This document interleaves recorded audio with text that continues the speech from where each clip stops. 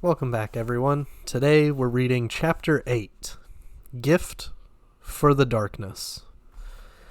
Piggy looked up miserably from the dawn-pale beach to the dark mountain. Are you sure? Really sure, I mean? I told you a dozen times now, said Ralph. We saw it.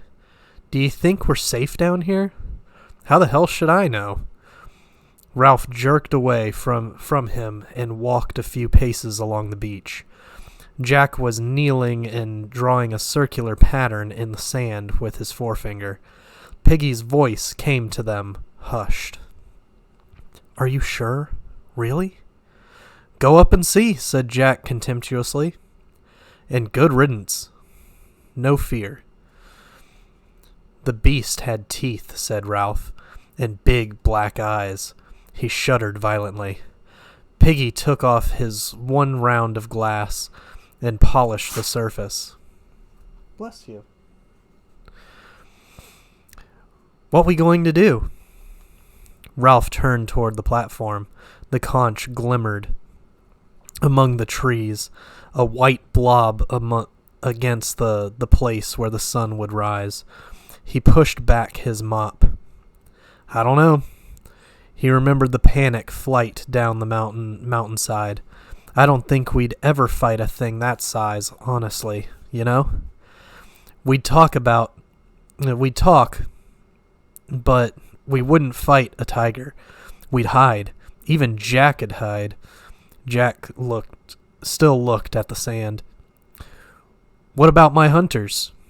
Simon came stealing out of the shadows by the shelters. Ralph ignored Jack's question.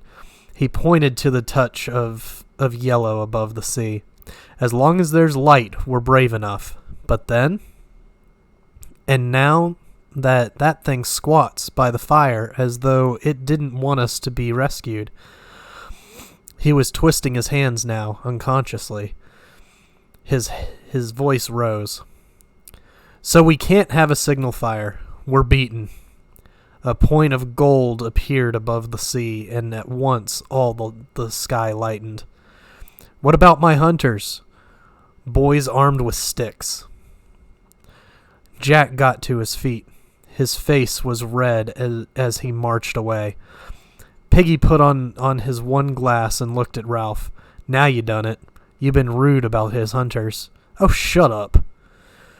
The sound of the inexpertly blown conch interrupted them, as though he was serenading the rising sun.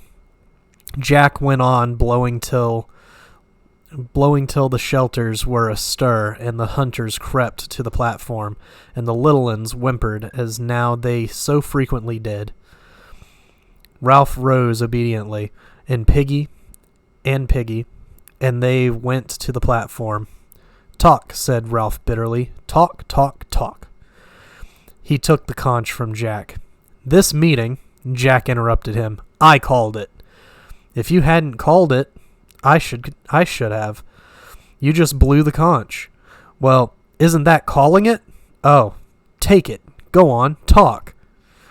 Ralph thrust the conch into Jack's arms and sat down on the trunk. I've called an assembly, said Jack, because of a lot of things. First, you know now, we've seen the beast. We crawled up. We were only a few feet away. The beast sat up and looked at us. I don't know what it does.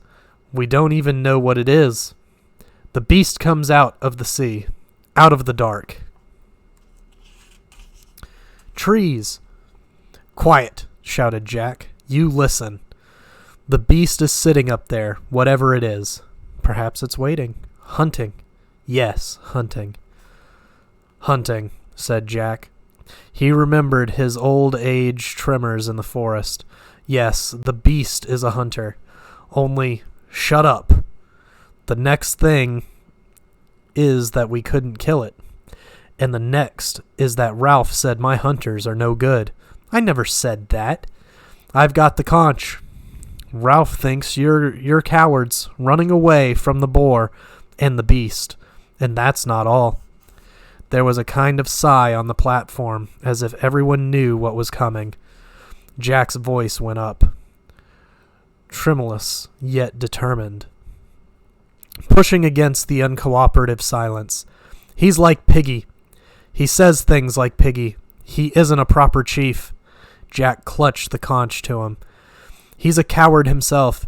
For a moment he paused and then went on. On top. When Roger and me went on, he stayed back. I went too. After. The two boys glared at each other through screens of hair. I went on too, said Jack. Or said Ralph. Then I ran away. So did you. Call me a coward then. Jack turned to the hunters. He's not a hunter. He'd never have got us meat. He isn't a perfect, and we don't know anything about him.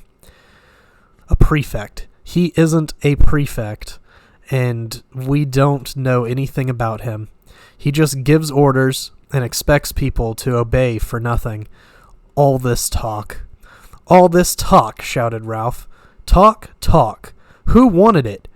Who called the meeting? Jack turned, red in the face. His chin sunk back.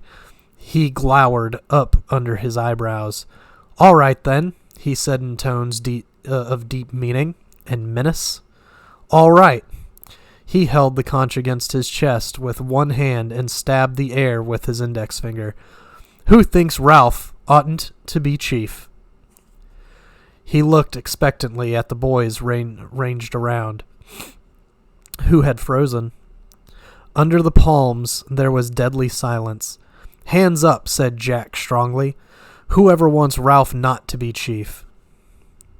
The silence continued, breathless and heavy and full of shame.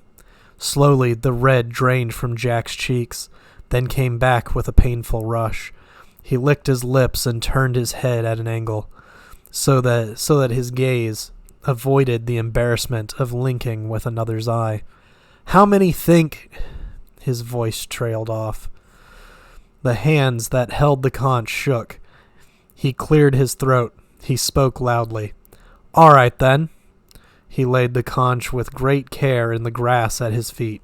The humiliating tears were running from the corner of each eye. I'm not going to play any longer. Not with you. Most of the boys were looking down now at the grass or their feet. Jack cleared his throat again. I'm not going to be a part of Ralph's lot. He looked along the right-hand logs, numbering the hunters that had been a choir. I'm going off by myself. He can catch his own pigs. Anyone who wants to hunt when I do can come too. He blundered out of the triangle toward the drop to the white sand. Jack! Jack turned and looked back at Ralph. For a moment he paused and then cried out, high-pitched, enraged. No! He leapt down from the platform and ran along the beach, paying no heed to the steady fall of his tears, and until he dived into the forest, Ralph watched him. Some time passes. Piggy was indignant. I've been talking, Ralph, and you just stood there like... Softly, looking at Piggy and not seeing him, Ralph spoke to himself. He'll come back. When the sun goes down, he'll come. He looked at the conch in Piggy's hand. What?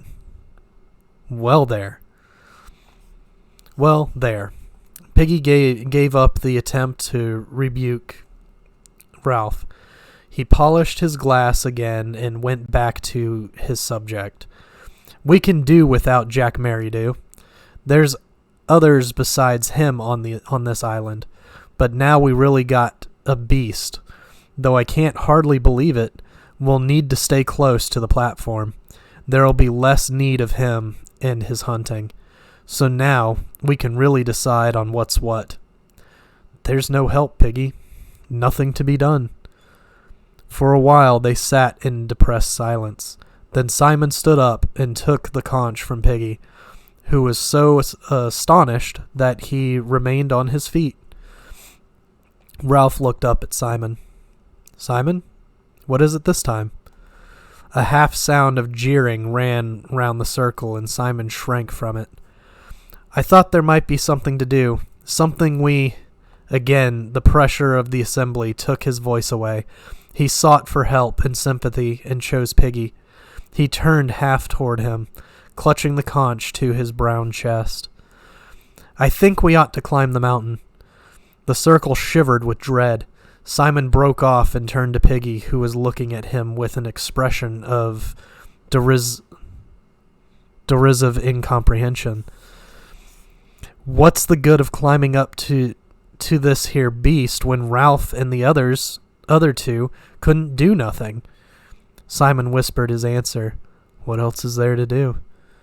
His speech made, he allowed Piggy to lift the conch out of his hands.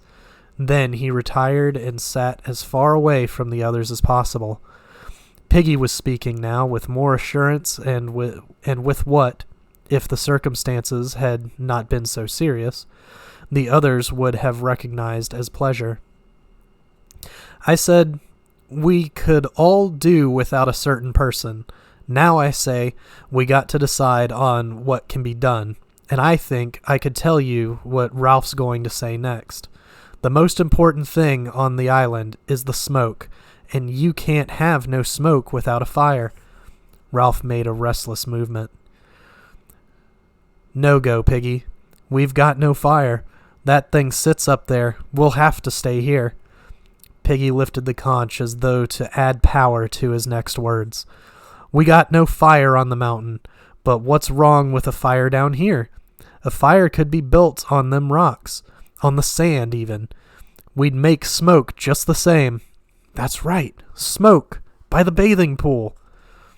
The boys began to babble. Only Piggy could have the intellectual daring to suggest moving the fire from the mountain.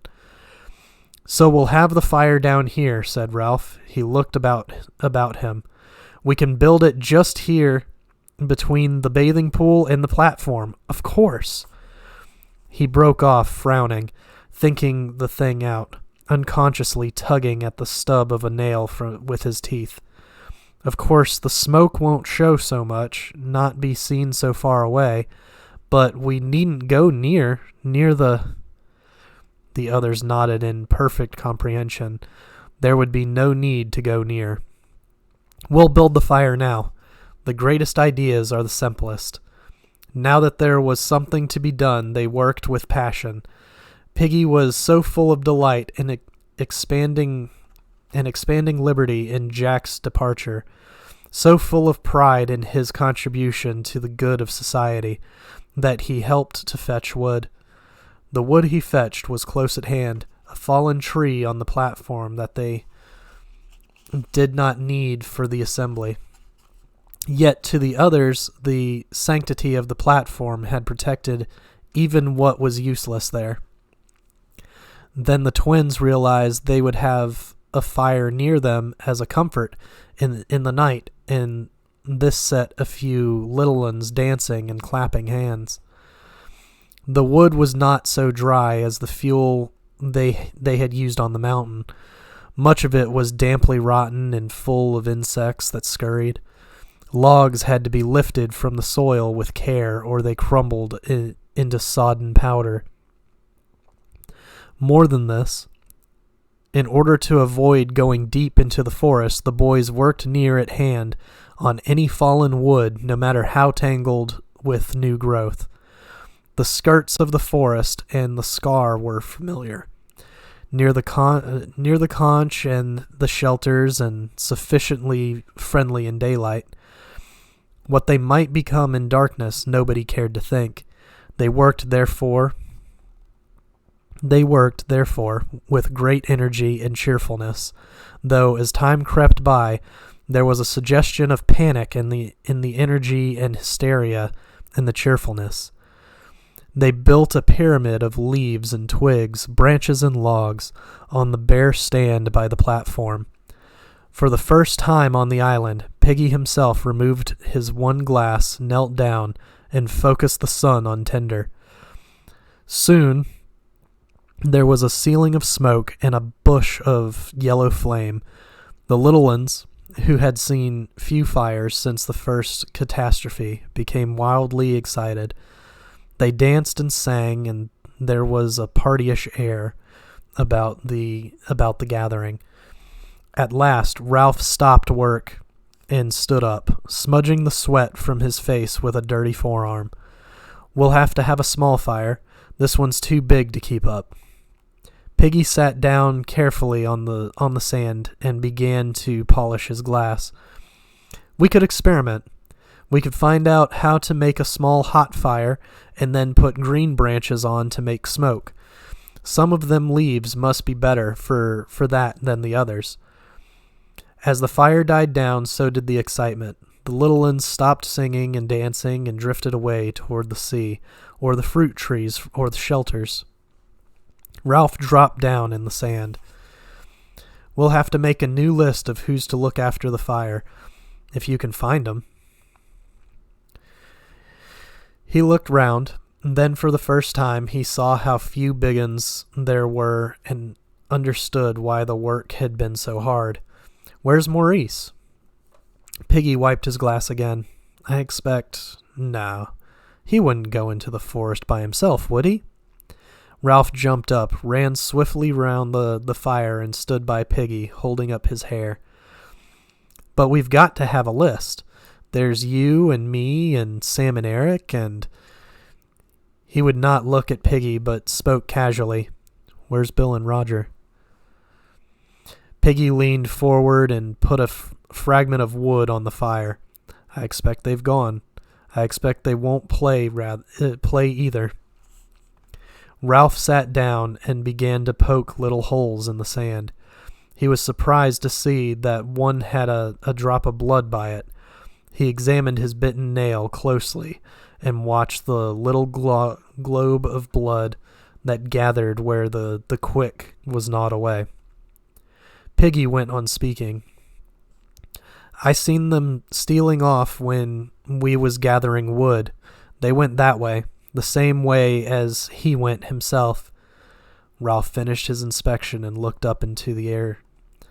The sky, as if in symphony, with the great changes among them, was different today, and so misty that in some places the hot air seemed white. The disk of the sun was dull silver, as though it were near and not so hot. Yet the air stifled. "They always been making trouble, haven't they?" The voice came near his shoulder and sounded anxious. "We can do without 'em. We'll be happier now, won't we?" Ralph sat. The twins came, dragging a great log and grinning in their triumph. They dumped the log among the embers so that sparks flew. Oh, scratch. Okay.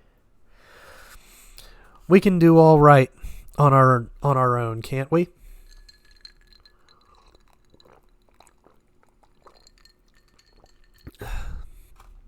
For a long time, while the log dried, caught fire, and turned red hot, Ralph sat in the sand and said nothing.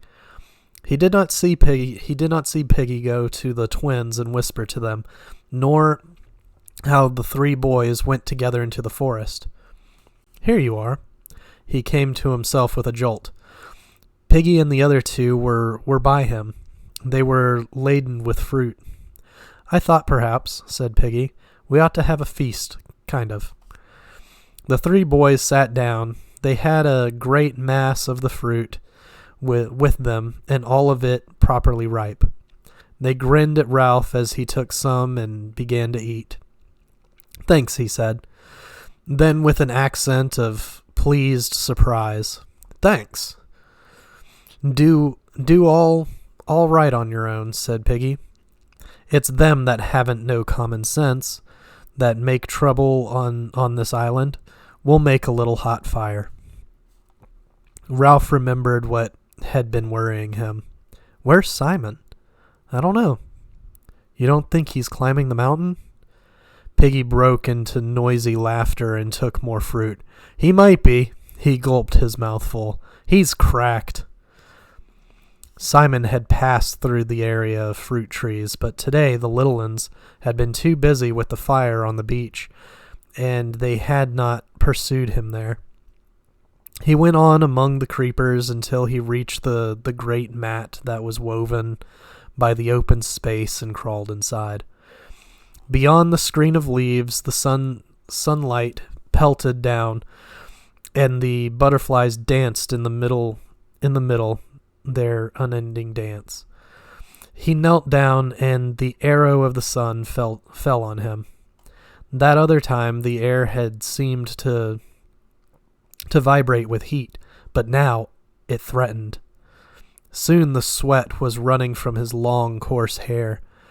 He shifted restlessly, but there was no avoiding the sun.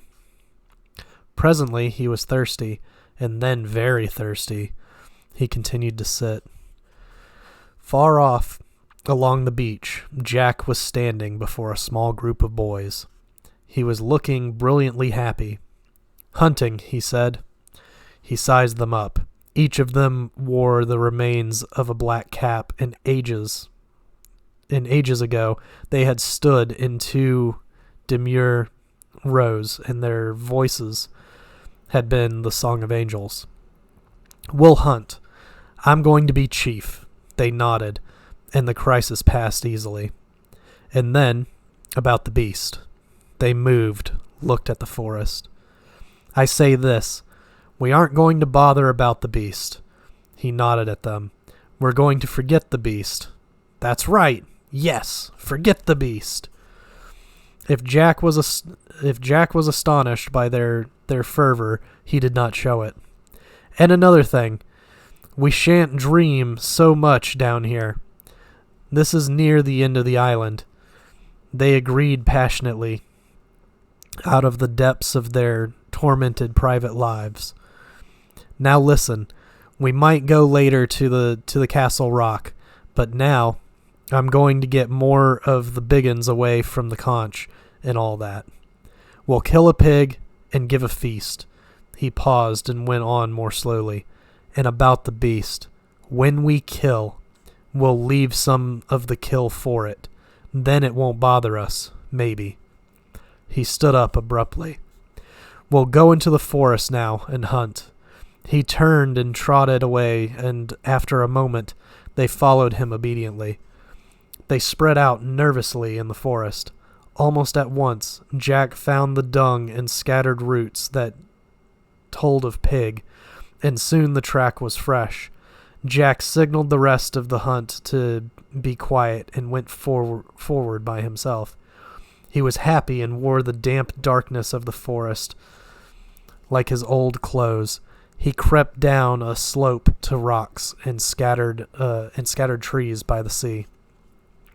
The pigs lay, bloated bags of fat, sensuously enjoying the shadows under the trees. There was no wind, and they were unsuspicious. And practice had made Jack silent as the shadows. He stole away again and instructed his hidden hunters. Presently, they all began to inch forward, sweating in the silence and heat. Under the trees, an ear flapped idly, a little apart from the rest. Sunk in deep maternal bliss lay the largest sow of the lot. She was black and pink, and the great bladder of her belly was fringed with a row of piglets that slept or burrowed and squeaked. 15 yards from the drove, Jack stopped, and his arm straightening, pointed at the sow. He looked round in inquiry to make sure that everyone understood, and the other boys nodded at him. The row of right arms slid back. Now! The drove of pigs started up, and at a range of only 10 yards, the wooden spears with fire-hardened points flew toward the chosen pig. One piglet, with a demented shriek, rushed into the sea, trailing Roger's spear behind it. The sow gave a gasping squeal and staggered up, with 2 spears sticking in her fat flank. The boys shouted and rushed forward. The piglets scattered, and the sow burst the advancing line and went crashing away through the forest. After her! They raced along the pig track, but the forest was too dark, entangled, so that Jack, cursing, stopped them and cast among the trees. Then he said nothing for a time, but breathed fiercely, so that they were awed by him and looked at each other in uneasy admiration. Presently, he stabbed down at the ground with his finger. There. Before the others could examine the drop of blood, Jack had swerved off, judging a trace, touching a bough that gave. So he followed, mysteriously right and assured, and the hunters trod behind him. He stopped before a covert. In there. They surrounded the covert, but the sow got away with the sting of another spear in her flank. The trailing butts hindered her, and the sharp cross-cut points were a torment. She blundered into a tree, forcing a spear still deeper. And after that, any of the hunters could follow her easily by the drops of vivid blood. The afternoon wore on, hazy and dreadful with damp heat. The sow staggered her way ahead of them, bleeding and mad, and the hunters followed, wedded to her in lust, excited by the long chase and the dropped blood. They could see her now, nearly got up with her, but she spurted with her last strength and held ahead of them again.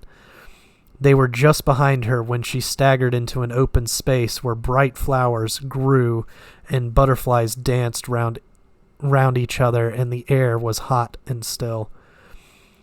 Here, struck down by the heat, the sow fell, and the hunters hurled themselves at her. This dreadful eruption from an unknown world made her frantic. She squealed and bucked, and the air was full of sweat and noise and blood and terror. Roger ran round the heap, prodding with his spear whenever pig flesh appeared. Jack was on top of the sow, stabbing downward with his knife. Roger found a lodgment for his point and began to push till he was leaning with his whole weight. The spear moved forward inch by inch, and the terrified squealing became a high-pitched scream. When Jack found the throat and the hot blood spouted over his hands, the sow collapsed under them, and they were heavy and fulfilled upon her. The butterflies still danced preoccupied in the center of the clearing. At last, the immediacy of the kill subsided. The boys drew back, and Jack stood up, holding out his hands. "Look!" He giggled and flicked them while the boys laughed at his reeking palms. Then Jack grabbed Maurice and rubbed the stuff over his cheeks. Roger began to withdraw his spear, and boys noticed it for the first time. Robert stabilized the thing in a phrase that was received uproaringly. "Right up her ass." Did you hear? Did you hear what he said? Right up her ass. This time, Robert and Maurice acted the two parts, and Maurice's acting of the pig's efforts to avoid the advancing spear was so funny that the boys cried with laughter. At length, even this paled. Jack began to clean his bloody hands on the rock. Then he started work on the sow and paunched her, lunging out the hot bags of colored guts, pushing them into a pile on the rock while the others watched him. He talked as he worked. "We'll take the meat along the beach. I'll go back to the platform and invite them to a feast. That should give us time." Roger spoke. "Chief." "Huh?" "How can we make a fire?" Jack squatted back and frowned at the pig. "We'll raid them and take fire. There must be four of you. Henry and you, Robert, and Maurice. We'll put on paint and sneak up. Roger can snatch a branch while I say what I want. The rest of you can get this back to where we were. We'll build the fire there, and after that," he paused and stood up, looking at the shadows under the trees. His voice was lower when he spoke again. "But we'll leave part of the kill for." He knelt down again and was busy with his knife. The boys crowded round him. He spoke over his shoulder to Roger. "Sharpen a stick at both ends." Presently he stood up, holding the dripping sow's head in his hands. "Where's that stick?" "Here. Ram one end in the earth." "Oh, it's rock. Jam it in that crack there." Jack held up the head and jammed the soft throat down on the pointed end of the stick, which pierced through into the mouth. He stood back and the head hung there, a little blood dribbling down the stick. Instinctively, the boys drew back too, and the forest was very still.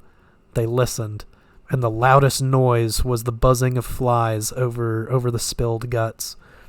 Jack spoke in a whisper. "Pick up the pig." Maurice and Robert skewered the carcass, lifted the dead weight, and stood ready. In the silence, and standing over the dry blood, they looked suddenly furtive. Jack spoke loudly. "This head is for the beast. It's a gift." The silence accepted the gift and awed them. The head remained there, dim-eyed, grinning faintly, blood blackening between the teeth. All at once they were running away, as fast as they could, through the forest toward the open beach. Simon stayed where he was, a small brown image, concealed by the leaves. Even if he shut his eyes, the sow's head still remained like an after-image. The half-shut eyes were dim with the infinite cynicism of adult life. They assured Simon that everything was a bad business. "I know that." Simon discovered that he had spoken aloud. He opened his eyes quickly, and there was the head grinning amusedly in the strange daylight, ignoring the flies, the spilled guts, even ignoring the indignity of being spiked on a stick. He looked away, licking his dry lips. A gift for the beast. Might not the beast come for it? The head, he thought, appeared to agree with him. "Run away," said the head silently. "Go back to the others. It was a joke, really." "Why should you bother?" "You were just wrong, that's all. A little headache. Something you ate, perhaps." "Go back, child," said the head silently. Simon looked up, feeling the weight of his wet hair, and gazed at the sky. Up there, for once, were clouds. Great bulging towers that sprouted away over the island, gray and cream and copper-colored. The clouds were sitting on the land. They squeezed, produced moment by moment this close, tormenting heat. Even the butterflies deserted the open space where the obscene thing grinned and dripped. Simon lowered his head, carefully keeping his eyes shut, then sheltered them with his hand. There were no shadows under the trees, but everywhere a pearly stillness, so that what was real seemed elusive and without definition. The pile of guts was a black blob of flies that buzzed like a saw. After a while, these flies found Simon. Gorged, they alighted by his runnels of sweat and drank. They tickled under his nostrils and played leapfrog on his thighs.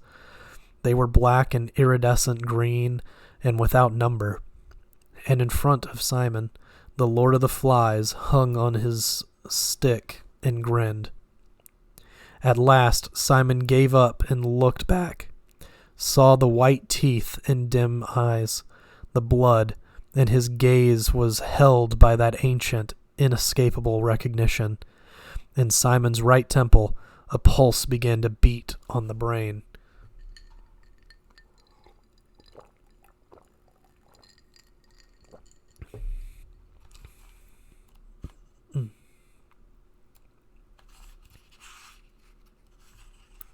Ralph and Piggy lay in the sand, gazing at the fire and idly flicking pebbles into its smokeless heart. That branch is gone. Where's Sam and Eric? We ought to get more wood. We're out of green branches. Ralph sighed and stood up. There were no shadows under the palms on the platform, only this strange light that seemed to come from everywhere at once. High up among the bulging clouds, thunder went off like a gun. We're going to get buckets of rain. What about the fire? Ralph trotted into the forest and returned with a wide spray of green, which he dumped on the fire. The branch crackled, the leaves curled, and the yellow smoke expanded. Piggy made an aimless little pattern in the sand with his fingers. Trouble is, we haven't got enough people for a fire. You gotta treat Sam and Eric as one turn. They do everything together. Of course. Well, that isn't fair, don't you see? They ought to do 2 turns. Ralph considered this and understood. He was vexed to find how little he thought like a grown-up and sighed again. The island was getting worse and worse. Piggy looked at the fire. You'll want another green branch soon. Ralph rolled over. Piggy, what are we going to do? Just have to get on without 'em. But the fire. He frowned at the black and white mess in which lay the unburnt ends of branches. He tried to formulate. I'm scared. He saw Piggy look up and blundered on. Not of the beast. I mean, I'm scared of that too. But nobody else understands about the fire. If someone threw you a rope when you were drowning, if a doctor said, take this because if you don't take it, you'll die, you would, wouldn't you? I mean, of course I would. Can't they see? Can't they understand? Without the smoke signal, we'll die here? Look at that. A wave of heated air, trembled above the ashes, but without a trace of smoke. We can't keep one fire going, and they don't care, and that's more. And what's more, he looked intensely into Piggy's steaming face. What's more, I don't sometimes. Supposing I got like the others, not caring, what'd become of us? Piggy took off his glasses, deeply troubled. I don't know, Ralph. We just gotta go on, that's all. That's what grown-ups would do. Ralph, having begun the business of unburdening himself, continued. Piggy, what's wrong? Piggy looked at him in astonishment. Do you mean No, not it. I mean, what makes things break up like they do? Piggy rubbed his glasses slowly and thought. When he understood how far Ralph had gone toward accepting him, he flushed pinkly and with pride. I don't know, Ralph. I expect it's him. Jack? Jack. A taboo was evolving round that word, too. Ralph nodded solemnly. Yes, he said. I suppose it must be. The forest near them burst into uproar. Demoniac figures with faces of white and red and green rushed out howling, so that the little ones fled screaming. Out of the corner of his eyes, Ralph saw Piggy running. Two figures rushed at the fire, and he prepared to defend himself, but they grabbed half-burnt branches and raced away along the beach. The 3 others stood still, watching Ralph, and he saw that the tallest of them, stark naked save for the paint and a belt, was Jack. Ralph had his breath back and spoke. Well? Jack ignored him, lifted his spear, and began to shout. Listen, all of you, me and my hunters. We're living along the beach by a flat rock. We hunt and feast and have fun. If you want to join my tribe, come and see us. Perhaps I'll let you join. Perhaps not. He paused and looked round. He was safe from shame or self-consciousness behind the mask of his paint, and could look at each of them in turn. Ralph was kneeling by the remains of the fire like a sprinter. at his mark, and his face was half hidden by hair and smut. Sam and Eric peered together around a palm tree at the edge of the forest. A Littlin howled, creased in crimson, by the bathing pool, and Piggy stood on the platform, the white conch gripped in his hands. "Tonight we're having a feast. We've killed a pig, and we've got meat. You can come and eat with us if you like." Up in the cloud canyons the thunder boomed again. Jack and the two anonymous savages with him swayed, looking up, and then recovered. The Littlin went on howling. Jack was waiting for something. He whispered urgently to the others, "Go on, now." The two savages murmured. Jack spoke sharply, "Go on!" The two savages looked at each other, raised their spears together, and spoke in time. "The chief has spoken!" Then the three of them turned and trotted away. Presently, Ralph rose to his feet. Looking at the place where the savages had vanished, Sam and Eric came, talking in an awed whisper. "I thought it was... and I was... scared." Piggy stood above them on the platform, still holding the conch. "That was Jack and Maurice and Robert," said Ralph. "Aren't they having fun?" "I thought I was going to have asthma." "Sucks to your asthma." "When I saw Jack, I was sure he'd go for the conch. Can't think why." The group of boys looked at the white shell with affectionate respect. Piggy placed it in Ralph's hands, and the Littlins, seeing the familiar symbol, started to come back. Not here. He turned toward the platform, feeling the need for ritual. First went Ralph, the white conch cradled, then Piggy very grave, then the twins, then the Littlins and the others. "Sit down, all of you. They raided us for fire. They're having fun, but Ralph was puzzled by the shudder that flickered in his brain. There was something he wanted to say, then the shudder had come down. But they were regarding him gravely, not yet troubled by any doubts about his sufficiency. Ralph pushed the idiot hair out of his eyes and looked at Piggy. "But the fire. Of course, the fire." He started to laugh, then stopped and became fluent instead. "The fire's the most important thing. Without the fire, we can't be rescued. I'd like to put on war paint and be a savage, but we must keep the fire burning. The fire's the most important thing on the island because... He paused again, and the silence became full of doubt and wonder. Piggy whispered urgently, "Rescue." "Oh yes, without the fire we can't be rescued, so we must stay by the fire and make smoke." When he stopped, no one said anything. After the many brilliant speeches that had been made on this very spot, Ralph's remarks seemed lame, even to the Littlins. At last, Bill held out his hands for the conch.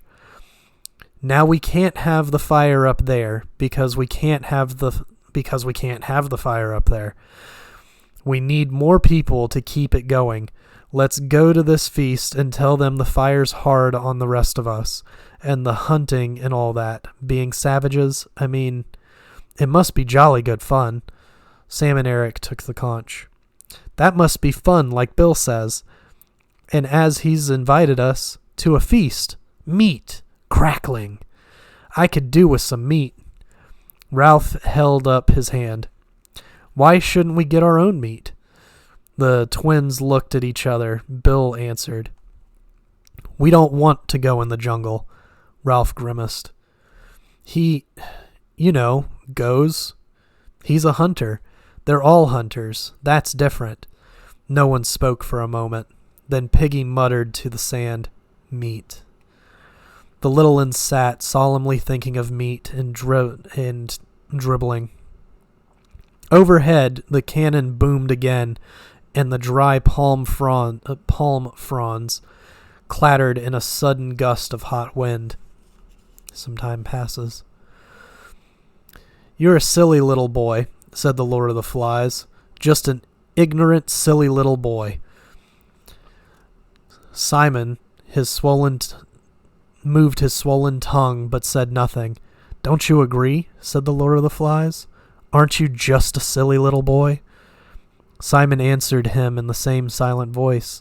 "Well then," said the Lord of the Flies, "you'd better run off and play with the others. They think you're batty. You don't want Ralph to think you're batty, do you? You like Ralph a lot, don't you? And Piggy? And Jack?" Simon's head was tilted slightly up. His eyes could not break away, and the Lord of the Flies hung in space before him. "What are you doing out here all alone? Aren't you afraid of me?" Simon shook. "There isn't anyone to help you. Only me. And I'm the beast." Simon's mouth labored, brought forth audible words. "Pig's head on a stick." "Fancy thinking the beast was something you could hunt and kill," said the head. For a moment or two, the forest and all the other dimly appreciated places echoed with the parody of laughter. "You knew, didn't you? I'm part of you? Close, close, close. I'm the reason why it's no-go. I'm the reason why it's no-go? Why things are what they are?" The laughter shivered again. "Come now," said the Lord of the Flies. "Get back to the others, and we'll forget this whole thing." Simon's head wobbled. His eyes were half closed, as though he were imitating the obscene thing on the stick. He knew that one of his times was coming on. The Lord of the Flies was expanding like a balloon. "This is ridiculous. You know perfectly well you'll only meet me down there, so don't try to escape." Simon's body was arched and stiff. The Lord of the Flies spoke in the voice of a schoolmaster. "This has gone quite far enough, my poor misguided child. Do you think you know better than I do?" There was a pause. "I'm warning you. I'm going to get angry. Do you see? You're not wanted. Understand? We are going to have fun on this island. Understand? We are going to have fun on this island. You don't try it on, my poor misguided boy, or else." Simon found he was looking into a vast mouth. There was blackness within, a blackness that spread. "Or else," said the Lord of the Flies, "we shall do you. See? Jack and Roger and Maurice and Robert and Bill and Piggy and Ralph. Do you see?" Simon was inside the mouth. He fell down and lost consciousness. And that's the end of Chapter 8. We'll see you guys next week with Chapter 9.